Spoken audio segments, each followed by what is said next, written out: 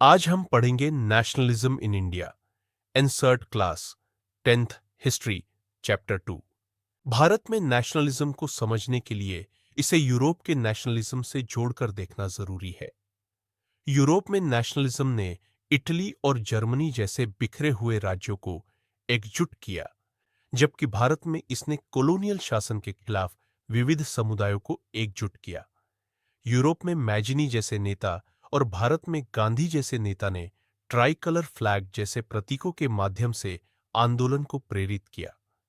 Europe में संस्कृति और इतिहास का उत्सव मनाया गया, जैसे भारत में बंगाल पुनर्जागरण ने सांस्कृतिक गौरव को पुनर्जीवित किया। दोनों ने दमन का विरोध किया, यूरोप में साम्राज्यवाद के खिलाफ और भारत में ब्रिटिश नीतियों जैसे बंगाल विभाजन के खिलाफ। अंततः दोनों आंदोलनों ने जनसामान्य और बुद्धिजीवियों को संगठित कर स्वतंत्रता की मांग की। असहयोग आंदोलन 2022। प्रारंभिक सत्याग्रह आंदोलन। गांधीजी जनवरी 1915 में दक्षिण अफ्रीका से भारत लौटे, जहां उन्होंने रेसिस्ट के खिलाफ सत्याग्रह या सत्य की शक्ति का उपयोग करते हुए संघर्ष किया। एक वर्ष के भीतर गांधीजी ने भारत के विभिन्न क्षेत्रों का दौरा किया और देश की स्थिति को समझने का प्रयास किया। गांधी जी ने विभिन्न स्थानों पर सफलतापूर्वक सत्याग्रह आंदोलनों का आयोजन किया। 1. चंपारण सत्याग्रह 1917। यह भारत का पहला सिविल डिसोबीडियंस मूवमेंट था, जो इंडिगो की खेती के खिलाफ किसानों के समर्थन में किया गया। यूरोप में जब सिंथेटिक रंगों का आविष्कार हुआ तो नील की कीमत कम हो गई, लेकिन अंग्रेजों ने किसानों को मजबूर किया कि वे अपनी जमीन के 3/20वां हिस्से पर नील की खेती करें। इस व्यवस्था को तीन कठिया प्रणाली कहा जाता था। इसी कारण सभी किसान अंग्रेजों के खिलाफ हो गए। 2. खेड़ा सत्याग्रह 1917। यह पहला नॉन कोऑपरेशन मूवमेंट था, जो उन किसानों के समर्थन में था जो फसल खराब होने और प्लेग महामारी के कारण राजस्व वसूली में छूट की मांग कर रहे थे। 3. अहमदाबाद सत्याग्रह 1918। यह पहला अनशन आंदोलन था जो कपड़ा मिल के मजदूरों के समर्थन में किया गया। The roulette act. इन आंदोलनों की सफलता ने गांधी जी को रॉलेट एक्ट 1919 के खिलाफ एक राष्ट्रव्यापी सत्याग्रह शुरू करने के लिए प्रेरित किया। यह कानून सरकार को 2 साल तक बिना मुकदमे के राजनीतिक कैदियों को बंदी बनाने की शक्ति देता था। न वकील, न दलील, न अपील। मजदूरों ने हड़तालें की, रैलियां आयोजित की गईं, सरकारी भवनों पर हमले हुए और दुकानों को बंद कर दिया गया। अमृतसर में मार्शल लॉ लागू कर दिया गया और जनरल ओ डायर ने कमान संभाल ली।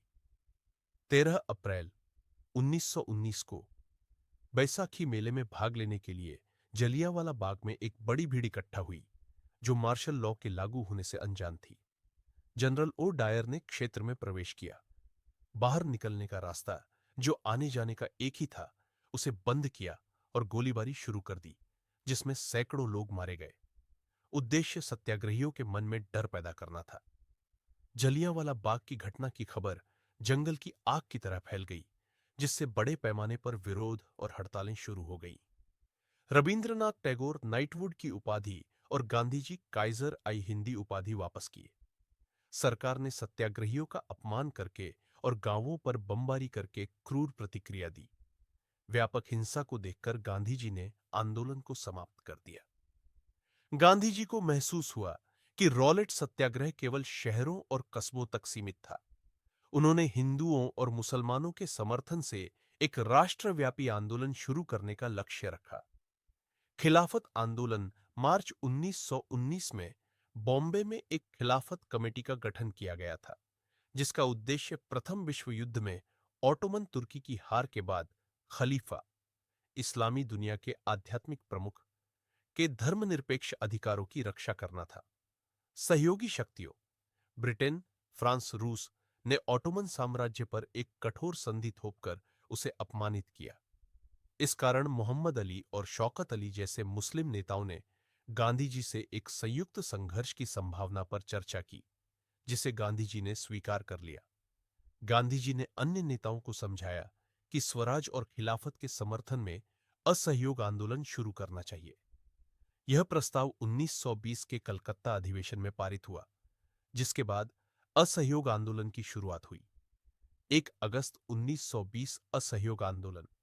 1920 महात्मा गांधी ने अपनी पुस्तक हिंद स्वराज 1909 में कहा था कि ब्रिटिश शासन भारतीयों के समर्थन से स्थापित हुआ है। अगर भारतीय ब्रिटिश सरकार का समर्थन करना बंद कर दे तो ब्रिटिश शासन 1 साल के भीतर समाप्त हो सकता है। गांधी जी के अनुसार यह आंदोलन चरणबद्ध तरीके से चलाया जाना चाहिए। इसमें सबसे पहले सरकार द्वारा दिए गए खिताबों को त्यागना, पुलिस, सेना, सिविल सेवाओं, अदालतों और विधायी परिषदों का बहिष्कार करना शामिल था। यदि सरकार ने दमन का सहारा लिया तो असहयोग आंदोलन को शुरू किया जाएगा। कांग्रेस में असहयोग आंदोलन पर बहस। कांग्रेस के कई सदस्य नवंबर 1920 में होने वाले परिषद चुनावों के बहिष्कार को लेकर अनिच्छुक थे, क्योंकि उन्हें डर था कि यह आंदोलन हिंसक हो सकता है। लंबे विचार विमर्श और बहस के बाद कांग्रेस ने अंततः दिसंबर 1920 में नागपुर अधिवेशन में असहयोग कार्यक्रम को अपनाया। समाज के विभिन्न वर्गों का असहयोग आंदोलन में योगदान। शहरों में आंदोलन। असहयोग खिलाफत आंदोलन जनवरी 1921 में शुरू हुआ, जिसमें विभिन्न सामाजिक वर्गों ने अपनी अपनी आकांक्षाओं के साथ भाग लिया। आंदोलन की शुरुआत शहरों से हुई, जहां मध्यवर्गीय वर्ग ने सरकारी नौकरियां छोड़ी और सरकारी स्कूलों और कॉलेजों का बहिष्कार किया। कई प्रांतों में काउंसिल चुनावों का भी बहिष्कार किया गया। आर्थिक मोर्चे पर विदेशी वस्तुओं का बहिष्कार किया गया। शराब की दुकानों पर धरना दिया गया और विदेशी कपड़ों की होली जलाई गई। 1921 से 1922 के बीच विदेशी कपड़ों का आयात आधा हो गया, जिसकी कीमत 102 करोड़ से घटकर 57 करोड़ रह गई। लोगों ने स्वदेशी कपड़े पहनना शुरू किया, जिससे कपड़ा मिलों और हथकरघा उद्योगों को बढ़ावा मिला। हालांकि आंदोलन धीरे धीरे धीमा पड़ गया। गरीब वर्ग खादी खरीदने में असमर्थ थे, क्योंकि यह मिल के कपड़े से महंगा था। इसके अलावा भारतीय संस्थान जल्दी स्थापित नहीं हो सके, जिससे विद्यार्थी और शिक्षक वापस सरकारी स्कूल कॉलेजों में चले गए और वकील भी अदालतों में प्रैक्टिस करने लौट आए। ग्रामीण इलाकों में आंदोलन। शहरों से यह आंदोलन ग्रामीण इलाकों में पहुंचा, जहां किसान और आदिवासी इससे जुड़े। अवध के किसानों का नेतृत्व बाबा रामचंद्र ने किया। आंदोलन में राजस्व कम करने, जमींदारों का सामाजिक बहिष्कार और बेगार प्रथा को समाप्त करने की मांग की गई। जून 1920 में जवाहरलाल नेहरू ने अवध के गांवों का दौरा किया, ताकि किसानों की समस्याओं को समझा जा सके। अक्टूबर 1920 में अवध किसान सभा की स्थापना हुई, जिसका नेतृत्व जवाहरलाल नेहरू, बाबा रामचंद्र और अन्य व्यक्तियों ने किया। अवध के किसानों के संघर्ष को असहयोग आंदोलन से जोड़ा गया। आंदोलन के दौरान ताल्लुकदारों और व्यापारियों के घरों पर हमले किए गए, अनाज के भंडार पर कब्जा किया गया और बाजारों को लूटा गया।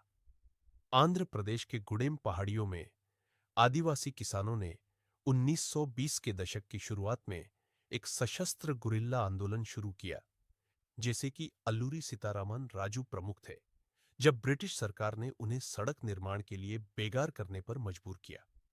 बागानों में आंदोलन। Movement in the plantations. 1900 inland emigration act के तहत चाय बागान के मजदूरों को बिना अनुमति बागानों से बाहर जाने की अनुमति नहीं थी। उनके लिए स्वतंत्रता का मतलब था स्वतंत्र रूप से घूमने का अधिकार और अपने गांवों से जुड़ाव बनाए रखना। उन्हें विश्वास था कि असहयोग आंदोलन से उन्हें यह स्वतंत्रता मिलेगी, लेकिन ऐसा नहीं हुआ। हजारों मजदूर बागानों को छोड़कर अपने गांव की ओर चले गए, लेकिन रास्ते में फंस गए और पुलिस द्वारा पकड़े गए और बुरी तरह पीटे गए। आदिवासियों ने स्वराज शब्द की अपनी अपनी व्याख्या की, लेकिन जब उन्होंने स्वतंत्र भारत जैसे नारे लगाए तो वे इसे एक अखिल भारतीय आंदोलन से जोड़ रहे थे। आंदोलन का समाप्त होना, असहयोग आंदोलन हिंसक होने लगा था। गोरखपुर के चौरी चौरा में 4 फरवरी 1922 एक हिंसक घटना हुई, जिसमें एक पुलिस स्टेशन को आग लगा दी गई और 22 पुलिसकर्मियों की मौत हो गई। गांधी जी ने महसूस किया कि लोग अभी अहिंसक आंदोलन के लिए पर्याप्त प्रशिक्षित नहीं हैं और उन्होंने असहयोग आंदोलन को वापस ले लिया। आंदोलन धीरे धीरे धीमा हो रहा था। विफल होने से पहले गांधी जी ने आंदोलन समाप्त करने का फैसला किया। सिविल डिसोबीडियंस मूवमेंट 1930 से 1932, स्वराज पार्टी का गठन 1923। गांधी जी ने फरवरी 1922 में असहयोग आंदोलन को यह कहते हुए वापस ले लिया कि यह हिंसक हो रहा है और सत्याग्रहियों को जनसंघर्ष के लिए उचित प्रशिक्षण की आवश्यकता है। कांग्रेस पार्टी में कुछ नेता नो चेंजर असहयोग आंदोलन जारी रखना चाहते थे, जबकि अन्य प्रो चेंजर जैसे मोतीलाल नेहरू और चित्तरंजन दास प्रांतीय परिषदों के चुनावों में भाग लेना चाहते थे। चित्तरंजन दास और मोतीलाल नेहरू ने 1923 में कांग्रेस के भीतर स्वराज पार्टी का गठन किया ताकि परिषद की राजनीति में वापसी की वकालत की जा सके। सुभाष चंद्र बोस और जवाहरलाल नेहरू नो चेंजर ने पूर्ण स्वतंत्रता के लिए जन आंदोलन और संघर्ष को चुना। 1920 के दशक की आर्थिक मंदी के प्रभाव इन आंतरिक बहसों के साथ साथ 1920 के दशक के उत्तरार्ध में विश्वव्यापी आर्थिक मंदी ने स्थिति को और खराब कर दिया। कीमतें गिर गई, कृषि उत्पादों की मांग घट गई और उनके निर्यात में कमी आई। इसके परिणाम स्वरूप किसान अपनी फसलें बेचने और राजस्व चुकाने में असमर्थ हो गए। भारतीय ग्रामीण क्षेत्रों में अशांति फैल गई। साइमन कमीशन 1928 ब्रिटेन की कंजर्वेटिव सरकार ने भारत के संवैधानिक ढांचे की समीक्षा और उसमें बदलाव सुझाने के लिए सर जॉन साइमन की अध्यक्षता में एक सांविधिक आयोग का गठन किया। यह आयोग पूरी तरह ब्रिटिश था और इसमें एक भी भारतीय सदस्य नहीं था, जिससे भारतीयों में गहरा असंतोष हुआ। साइमन कमीशन जब 1928 में भारत पहुंचा तो इसे साइमन वापस जाओ के नारे के साथ विरोध का सामना करना पड़ा। इस विरोध प्रदर्शन के दौरान ब्रिटिश सरकार ने लाठीचार्ज किया। लाला लाजपत राय को गंभीर चोटें आईं और बाद में उनकी मृत्यु हो गई। लाहौर अधिवेशन 1929 और पूर्ण स्वराज की मांग विरोध को शांत करने के प्रयास में वायसराय लॉर्ड इरविन ने भारत के लिए डोमिनियन स्टेटस और एक गोलमेज सम्मेलन का प्रस्ताव रखा, लेकिन कांग्रेस नेता इससे असंतुष्ट रहे। 1929 में लाहौर कांग्रेस का आयोजन हुआ, जिसकी अध्यक्षता जवाहरलाल नेहरू ने की। इसमें पूर्ण स्वराज की मांग को औपचारिक रूप दिया गया। यह तय हुआ कि 26 जनवरी 1930 को स्वतंत्रता दिवस के रूप में मनाया जाएगा, जब लोग पूर्ण स्वतंत्रता के लिए संघर्ष करने की शपथ लेंगे। Salt march, civil disobedience movement, सविनय अवज्ञा आंदोलन 1930। महात्मा गांधी ने वायसराय इरविन को 11 मांगें लिखी थी, जिनमें से सबसे महत्वपूर्ण नमक कर को खत्म करने की मांग थी। महात्मा गांधी का मानना था कि नमक पर कर, जो एक आवश्यक खाद्य वस्तु है, अन्यायपूर्ण था और यह ब्रिटिश शासन का क्रूर चेहरा दिखाता था। महात्मा गांधी ने कहा था कि यदि 11 मार्च 1930 तक इन मांगों पर कोई ध्यान नहीं दिया गया तो कांग्रेस सविनय अवज्ञा आंदोलन शुरू करेगी। वायसराय इरविन ने कोई ध्यान नहीं दिया और 12 मार्च 1930 को महात्मा गांधी ने साबरमती आश्रम से दांडी तक अपनी प्रसिद्ध यात्रा शुरू की, जिसमें वे 78 अपने विश्वसनीय स्वयंसेवकों के साथ थे। महात्मा गांधी 6 अप्रैल को दांडी पहुंचे और औपचारिक रूप से कानून का उल्लंघन करते हुए समुद्र के पानी को उबालकर नमक तैयार किया, जिससे सविनय अवज्ञा आंदोलन की शुरुआत हुई।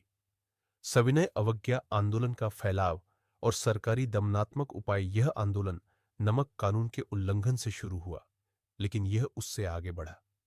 जैसे जैसे आंदोलन फैला, विदेशी कपड़ों का बहिष्कार और शराब की दुकानों का विरोध किया गया। कई जगहों पर वनवासियों ने वन कानूनों का उल्लंघन किया, गांव के अधिकारियों ने इस्तीफा दिया और किसानों ने भूमि कर का भुगतान करने से इनकार कर दिया। उपनिवेशी सरकार, जो घटनाओं से घबराई हुई थी, ने कांग्रेस नेताओं को गिरफ्तार करना शुरू कर दिया, जिससे कई जगहों पर हिंसक झड़पें हुईं। उदाहरण के लिए, जब अब्दुल गफ्फार खान को अप्रैल 1930 में गिरफ्तार किया गया, तो पेशावर की सड़कों पर लोगों ने विरोध प्रदर्शन किए। जब महात्मा गांधी को अगले महीने गिरफ्तार किया गया, तो शोलापुर के मिल मजदूरों ने सरकारी कार्यालयों पर हमला किया। महिलाओं और बच्चों को पीटा गया और 1 लाख से अधिक सत्याग्रहियों को गिरफ्तार किया गया। गांधी इरविन समझौता 1931। बढ़ती हिंसा के कारण महात्मा गांधी ने आंदोलन को समाप्त करने का निर्णय लिया और 5 मार्च 1931 को इरविन के साथ एक समझौता किया। इस समझौते के तहत महात्मा गांधी ने दूसरे गोल टेबल सम्मेलन में भाग लेने का निर्णय लिया और सरकार ने राजनीतिक कैदियों को रिहा करने का वादा किया। सम्मेलन में हुई बातचीत विफल रही और महात्मा गांधी निराश होकर भारत लौटे, जहां उन्होंने देखा कि उपनिवेशी सरकार अधिक दमनात्मक होती जा रही थी। उन्होंने सविनय अवज्ञा आंदोलन को फिर से शुरू किया, लेकिन 1934 तक यह आंदोलन अपनी गति खो चुका था। सविनय अवज्ञा आंदोलन में लोगों की भागीदारी, किसानों की भागीदारी, गुजरात के पटेल और उत्तर प्रदेश के जाट जैसे संपन्न किसान समुदायों ने सविनय अवज्ञा आंदोलन का समर्थन किया और आंदोलन में संकोच करने वाले सदस्यों को भी इसमें शामिल होने के लिए मजबूर किया। उन्होंने स्वराज के लिए इस संघर्ष को उच्च राजस्व दरों के खिलाफ एक संघर्ष के रूप में देखा। वे नाराज थे कि आंदोलन को रद्द कर दिया गया, जबकि राजस्व दरों में कोई कमी नहीं की गई थी। 1932 में जब आंदोलन फिर से शुरू हुआ, तो कई किसानों ने इसमें भाग लेने से इनकार कर दिया। गरीब किसानों ने राजस्व में कटौती के अलावा यह भी चाहा कि जमींदारों द्वारा अदायगी न किए गए किराए को माफ कर दिया जाए। उन्होंने समाजवादी और कम्युनिस्ट नेताओं द्वारा नेतृत्व किए गए कई कट्टरपंथी आंदोलनों में भाग लिया, जबकि कांग्रेस के साथ उनका संबंध अनिश्चित रहा, क्योंकि कांग्रेस ने जमींदारों और संपन्न किसानों का समर्थन किया। औद्योगिक वर्ग की भागीदारी प्रसिद्ध भारतीय उद्योगपति जैसे पुरुषोत्तम दास ठाकुरदास, G.D.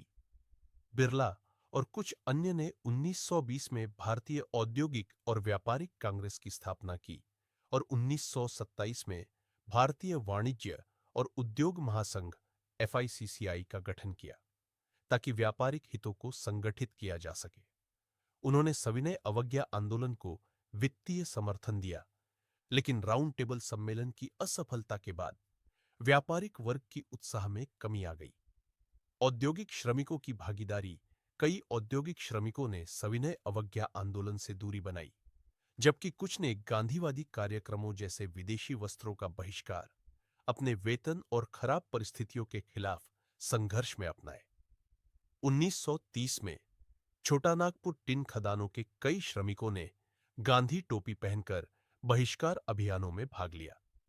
कांग्रेस महिला मुद्दों को अपने संघर्ष के कार्यक्रम का हिस्सा बनाने में हिचकिचाती थी, क्योंकि उन्हें लगता था कि इससे कांग्रेस का आधार संकुचित हो जाएगा।